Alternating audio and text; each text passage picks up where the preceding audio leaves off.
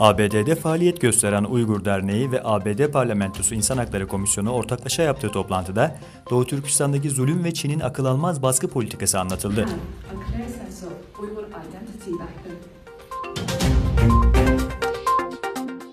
Pakistan ve Çin arasında Çinli gelin krizi. Çin, onlarca Çinli Müslüman kadını Pakistanlılarla evlenmesi gerekçesiyle gözaltına aldı. Suriye'de Rus askeri kargo uçağı bilinmeyen bir sebeple düştü. Uçakta bulunan 39 kişi yaşamını yitirdi. Kırgızistan Ekonomi Bakanı Novikov, Kırgızistan ile Türkiye arasındaki ticaret hacminin %26.7'lik artışla 356 milyon dolara ulaştığını belirtti.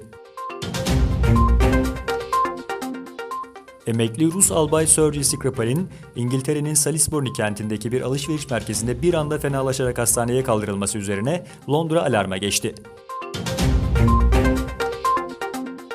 ABD Dışişleri Bakanı Rex Tillerson, Afrika seyahati öncesi Çin'in Afrika politikasını hedef alan açıklamalarda bulunarak Çin'in bu tutumunun Afrika'nın bağımsızlığını tehlikeye attığını savundu.